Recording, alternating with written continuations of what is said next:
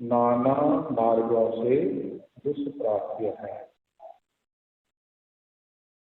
नाना शास्त्रों के जाल में पड़े लोग उनकी शास्त्रों की बुद्धि से मोहित हो रहे हैं।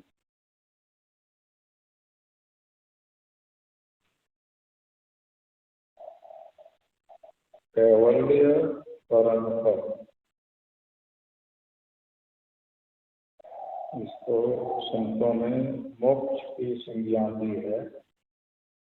नाना मार्गों से दुष्प्राप्य है, यानी प्राप्त होने योग्य नहीं है, अनेकों मार्गों से।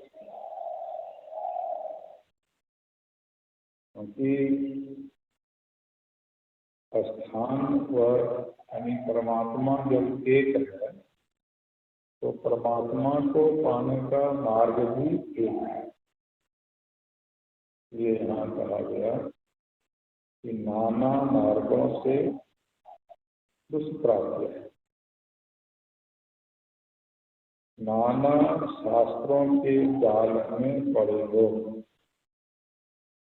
लोग आज अनेकों शास्त्रों के जाल में फंसे हुए। कोई कुछ कहता है, कोई कुछ कहता है, सब तो शास्त्र की ही बात है, ताकि मानना नहीं पड़ता। यहाँ कहते हैं नाना शास्त्रों के जाल में लोग पड़े हुए, और जो जिसकी शरण में रहेंगे उनकी बुद्धि से वो मोहित हो जाएंगे और कुछ न कुछ दिखाएंगे ही, कहेंगे।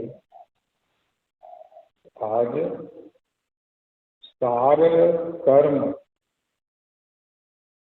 सार ध्यान नाना शास्त्रों से ढका हुआ। कोई संत सदगुरु ही इस मार्ग को बतलाते हैं। अनिर्वाच्यं पदं वक्तुं न शक्यं कैरिसुरैरपि स्वात्मा प्रकाशरूपं तत्किं शास्त्रेण प्रकाश्यते। वह कैवल्य पद अनिवर्चनीय अवर्णनीय पद ऐसा है कि देवता भी उसके संबंध में नहीं कह सकते हैं। वह अनिवर्चनीय कैवल्य परम पद अवर्णनीय पद ऐसा है कि देवता भी उसके संबंध में नहीं कह सकते। क्योंकि देवता की पहुंच देवलोक तक है। ऊंचा से ऊंचा लोक है तो वैकुंठ है, लेकिन सारे लोकांतरों से, सारे पदों से परे है अनिवर्चनीय पद, जिसको मोक्ष कहते हैं, कैवल्य। वह स्वयं प्रकाश स्वरूप परमात्मा स्वयं प्रकाश स्वरूप है। उसको अब दूसरे के प्रकाश से क्या प्रकाशित कर सकते हैं? सूर्य को दूसरे के प्रकाश से क्या प्रकाशित करें? तो स्वयं प्रकाशित। अर्थात वह पद शास्त्र द्वारा प्रकाशित नहीं हो सकता है।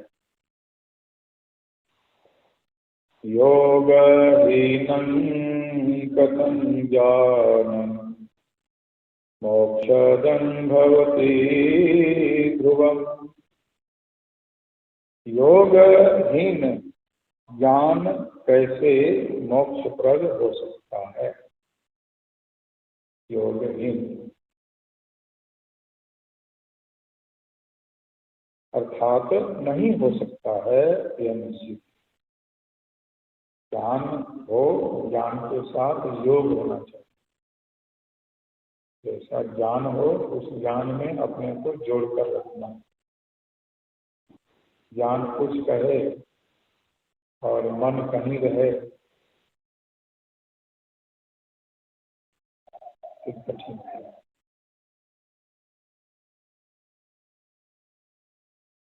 बड़ी सजगता की आवश्यकता है।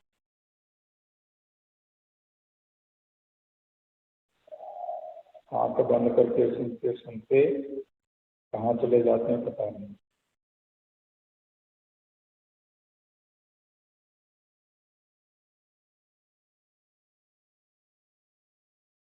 योगो हि ज्ञानहीनस्तु न क्षमो मोक्ष कर्मणि तस्माद् ज्ञानं च योगं च मुमुक्षु दृढ़ माभ्यसे। ज्ञानहीन योग भी योग कर रहे हैं, लेकिन ज्ञान ही नहीं है कि किससे मिलना है।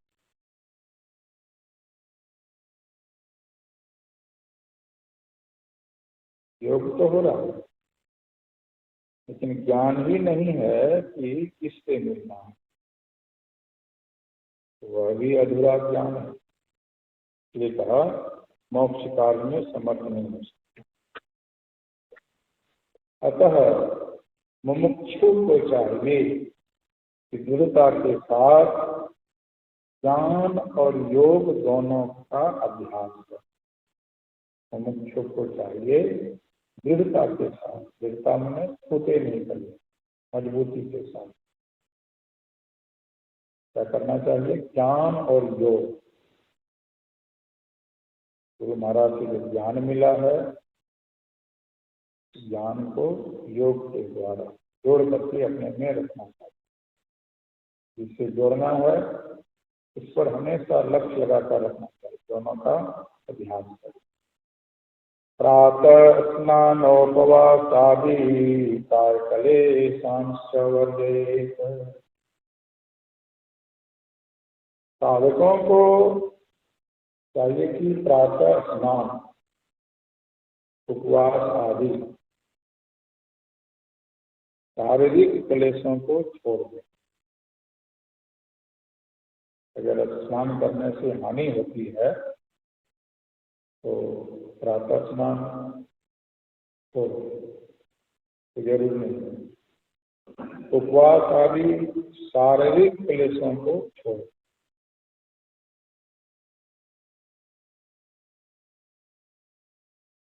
फिर आगे कहते हैं न दर्शयेत् स्वसामर्थ्यं यस्य कस्यापि योगिरात्। योगिराज यानी श्रेष्ठ योगी को चाहिए कि किसी को अपनी सामर्थ्य सिद्धि शक्ति न दिखलाओ। जो भी भजन ध्यान करते हैं अपना भक्ति भजन का प्रभाव दूसरे को नहीं दिखाना चाहिए। हम इतना करते हैं, हम इतना करते हैं, अपने पुण्य का बखान भी नहीं करना। तो 4 दिन बखान करके देखिए, दूसरे दिन से आप स्वयं झूला करते।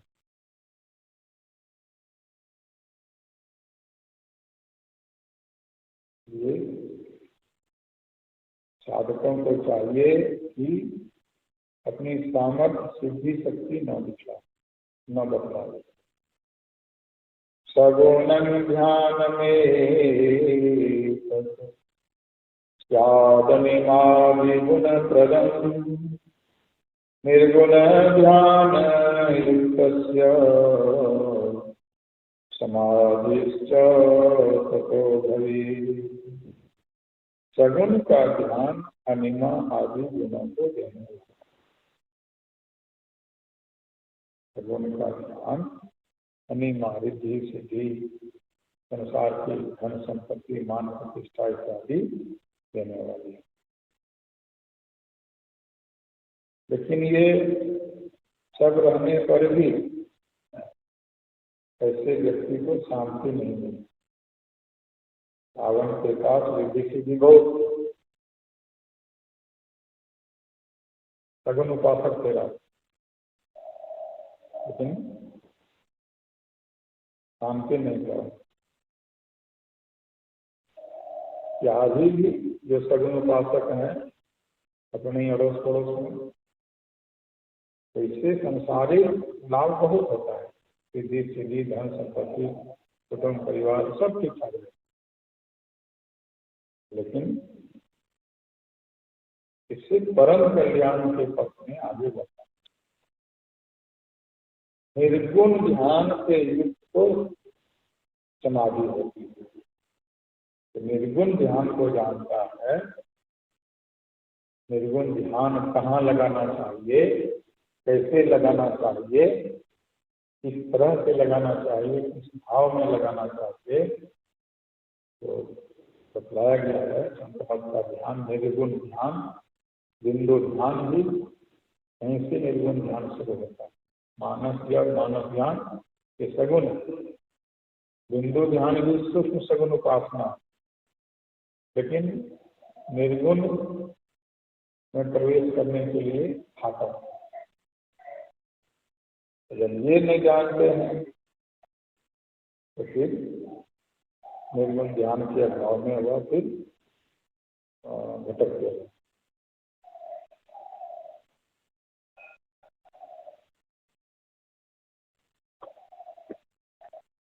गुरु ग्रंथ सत्संग योग भाग तृतीय।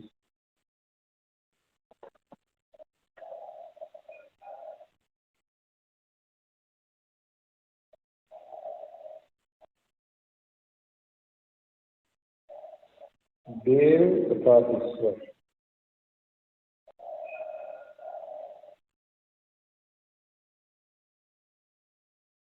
लेखक पंडित श्री कृष्ण दत्त जी भारद्वाज शास्त्री जी थे। बहुत से लोग अनेक ऐहिक कामनाओं से वशीभूत होकर, बहुत से लोग अनेक ऐहिक कामनाओं के वशीभूत होकर उन इच्छाओं के पूर्ण करने वाले भिन्न भिन्न देवताओं की उपासना में दत्तचित्त होते हैं। क्या कहते हैं? बहुत से लोग अनेक ऐहिक काम, ऐहिक कहते हैं संसारिक, ऐहिक सांसारिक कामनाओं के वशीभूत होते हैं।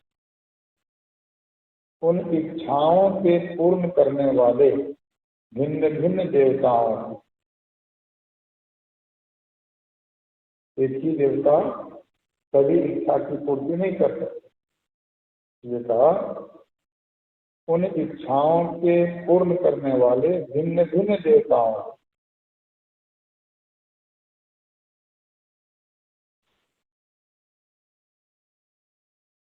उपासना में दत्तचित्त होते हैं।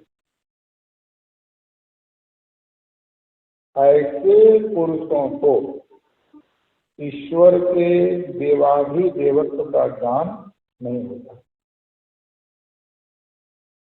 जो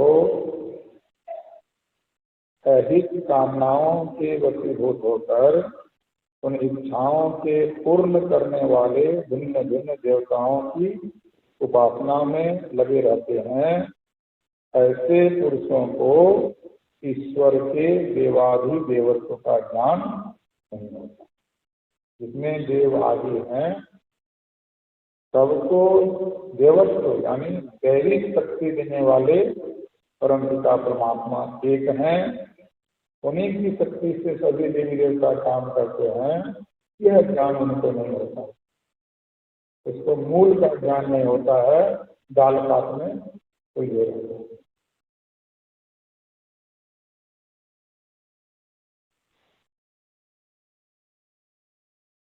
देवत्व और ईश्वर में वास्तव में महान अंतर है। देवत्व में और ईश्वर में महान अंतर है।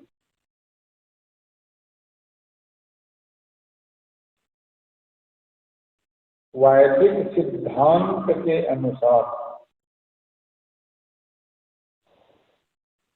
देवता मनुष्येतर सुख संपन्न एक दूसरे ही लोक में रहने वाले पुरुष, जैसे मृत्यु लोक में हम रहते हैं उसी तरह से एक विशेष लोक में देवता रहते हैं।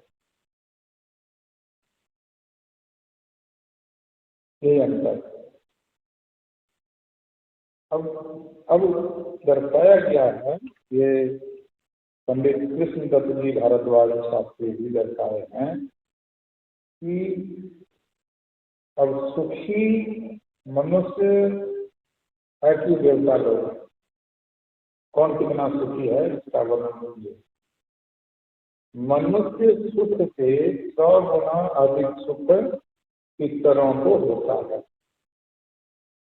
मनुष्य को जितना सुख होता है उससे 100 गुना अधिक सुख पितरों को होता है। पितरों के 100 गुने सुख के समान गंधर्व लोक का सुख है। पितरों के 100 गुने के समान गंधर्व लोक का सुख है। गंधर्वों के सुख से 100 गुना अधिक सुख कर्म देवों को मिलता है। गंधर्वों से 100 गुना सुख अधिक कर्म देवों को तथा उनसे भी अधिक जन्म देवों को प्राप्त होता है। इस सिद्धांत को जानकर देवताओं के स्वरूप के संबंध में बहुत कुछ उत्सुकता शांत हो जाती है कि देवताओं के सुख से 100 गुना अधिक सुख प्रजापति लोक में तथा उससे भी अधिक ब्रह्मलोक में मिलता है।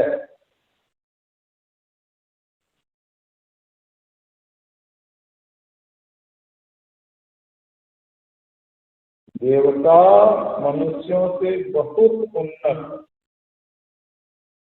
सुख के मामले में ऊंचा श्रेष्ठ सुख के मामले में देवता मनुष्यों से बहुत उन्नत, परंतु ब्रह्मलोक निवासियों से वे बहुत अवनत दशा में रहने वाले प्राणी दिखते हैं। ब्रह्मलोक निवासियों से वे बहुत अवनत यानी नीचे दशा में रहने वाले प्राणी दिखते हैं। यानी ये कहा ईश्वर और देव में यही अंतर।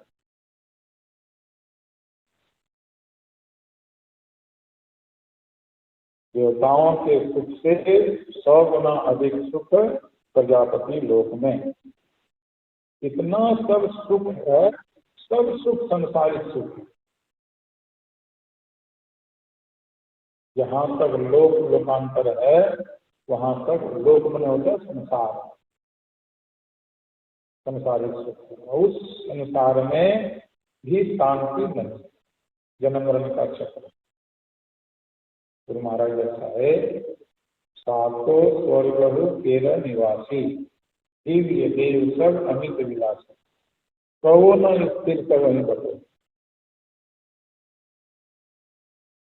सातों स्वर्ग में, सातों स्वर्ग का वर्णन आया इसमें। सातों स्वर्ग में जो रहने वाले सुख तो विशेष है, लेकिन सब मरण धर्मा। एक दिन सब लोक लोकांतर का लोक में रहने वाले निवासियों का विनाश हो जाएगा, प्रलय हो जाएगा।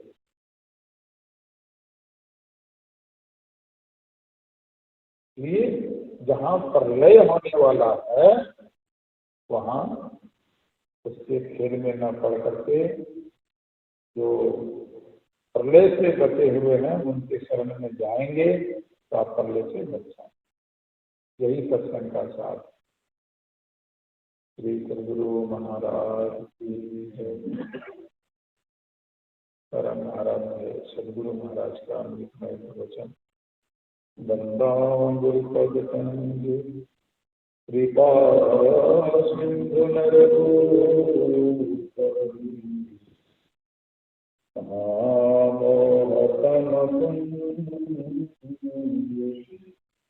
जासुवचन रवि